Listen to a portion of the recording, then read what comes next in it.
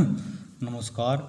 इससे पहली वीडियो में मैंने सर्कल की परिधारणा रखी थी और उसमें एक एंटी लाइट वेव के बारे में बताया था कि एंटी लाइट वेव को एक फोर्स लगता है, उसकी मैंने परिधारणा रखी थी और एक सर्कल के बारे में बताया था। अब हमने साइंस में जो है तरंग जो है सर्कल के रूप में चले, लेकिन उनका जो समय स्थिति ग्राफ के बारे में पढ़ा है हमें कि एक साइनसोइडल के रूप में चल रहे हैं ऐसे। ये इसका सर्कल का समय स्थिति ग्राफ है कि किसी कण की किस समय क्या स्थिति है। ये जो सर्कल है, ये तरंग जो इसमें तरंग दैर्घ्य लिया, इससे इस सर्कल का कोई रोल नहीं है। ये मैंने एक आइडियल कंडीशन मान रखी सर्कल की कि सबसे छोटी इकाई के रूप में मान रखी। इसका समय स्थिति के बारे में फ़िलहाल कुछ नहीं बता रहा हमें कि ये चीज़ अलग है। जो मेरी वो जिसके बारे में बता रहा, इसमें फोर्स लाइन जो मैंने दिखाई, इसमें जो है यहाँ से समय के साथ साथ स्थिति दर्शाई जाती है। ये जो तरंग नेचर ने शो करती है, इससे मेरा कोई रोल नहीं है। मैं तो सिर्फ इसी सर्कल पर काम कर रहा। ठीक है कि तरंग के लिए चलने के लिए एक माध्यम की आवश्यकता पड़े। किसी तरंग को चलने के लिए एक माध्यम की आवश्यकता पड़ती है, लेकिन ये जो मेरा सर्कल है जिसकी मुझे परिधारणा रखी है, जिसकी कल्पना की है, जो वास्तविकता में है, इसमें माध्यम की आवश्यकता नहीं पड़ने की, क्योंकि इसके अंदर की जो कंडीशन है जिसे मैं बता रहा हूँ, उसमें माध्यम की ज़रूरत नहीं पड़ने की। और ये जो तरंग का जो सर्कल है, इसमें ये तो समय स्थिति ग्राफ है कि किस तरंग की कहाँ क्या स्थिति है, इसे इंडिकेट करें। ये मुझे एक आइडियल कंडीशन मान रखी। जब एक सर्कल की मैंने स्थिति का वो किया सर्कल, तो सर्कल में क्या चीज़ उत्पन्न है, B and I field produce हुई।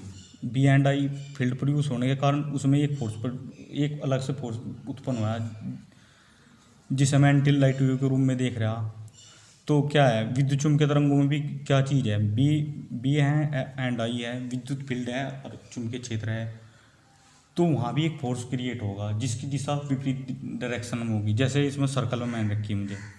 तो हम इस चीज़ को विद्युत चुम्बकीय तरंगों में हम एक फोर्स जो उसके अपोजिट डायरेक्शन में चल रहा, हम उसे मिस कर रहे हैं। ठीक है, एक तरीके से मैं सर्कल को दूसरे तरीके से समझाने की कोशिश कर रहा। इसे इमेजिन करेंगे, एक सर्कल को हम जैसे पृथ्वी के रूप में हम इसकी कल्पना करेंगे कि कैसे तो पृथ्वी के शेप के रूप में से समझाने की कोशिश करूँगा। जैसे पृथ्वी की जो परिधि है उसे हम इलेक्ट्रिक फील्ड के रूप में देख लें, और जो उसके अंदर एन और एस फील्ड क्रिएट हुई वो लंबवत है उसके जैसे ये पृथ्वी है। ठीक है, इस पृथ्वी के जो परिधि है उसे हम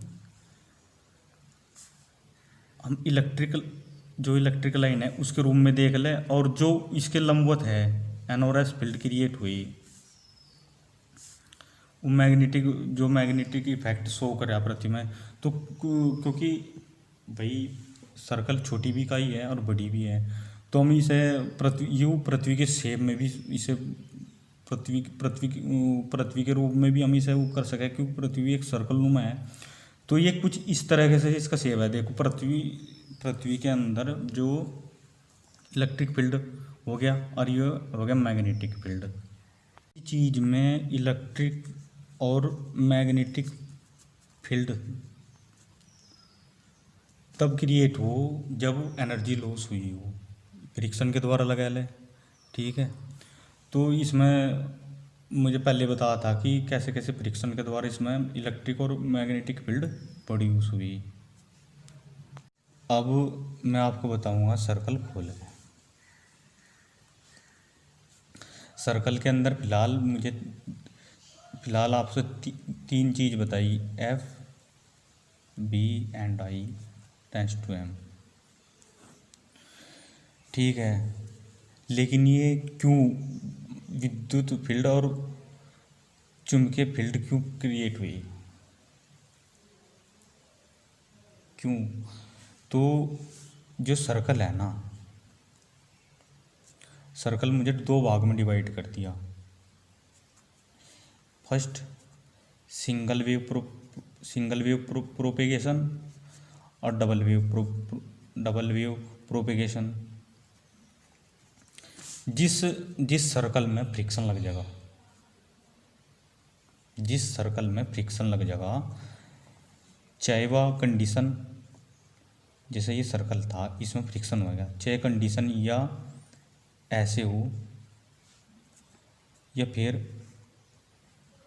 ऐसे हो या फिर तो मैं इसे सिंगल वेव प्रोपेगेशन शो करूँगा। जो सिंगल वेव प्रोपेगेशन हो सर्कल, वो इलेक्ट्रिक एंड मैग्नेटिक फील्ड उत्पन्न करेगा। ठीक है, और जो डबल वेव प्रोपेगेशन है वो ना तो इलेक्ट्रिक फील्ड शो करने का ना मैग्नेटिक फील्ड शो करने का। इस जो पृथ्वी के बारे में मुझे बताया था कि पृथ्वी में मैग्नेटिक और इलेक्ट्रिक फील्ड है, तो ये सिंगल वेव प्रोपेगेशन की कंडीशन में आ गई। और जैसे ही सर्कल यहाँ से वहाँ तक गया तो क्या होगा, एनर्जी लॉस होगी। एनर्जी लॉस क्योंकि फ्रिक्शन में भी ये एनर्जी लॉस हो, और जब फ्रिक्शन में एनर्जी लॉस हुई तो क्या होगा, फ्रिक्शन मैग्नेटिक और इलेक्ट्रिक फील्ड प्रोड्यूस होंगे। हमने विद्युत चुम्बकीय तरंगों में भी वो दिखा रखे मैग्नेटिक और इलेक्ट्रिक फील्ड प्रोड्यूस हो रहे, क्योंकि एक स्थान से दूसरे स्थान पर जाने पर क्या होगी, एनर्जी लॉस होगी। एनर्जी लॉस होने के कारण उसमें भी एक फोर्स विपरीत डायरेक्शन में काम करेगी, जिसे हम मिस कर रहे। तो अगर मैं आपसे इसके एडवांटेज सर्कल ये single wave double wave propagation से समझा दी, एग्जाम में इससे आगे अब कोई इलेक्ट्रॉन का निर्माण, helium atom, energy of light wave, बहुत सारी चीज़ इत्यादि इत्यादि मैं आपको समझाऊंगा। आज इतना ही।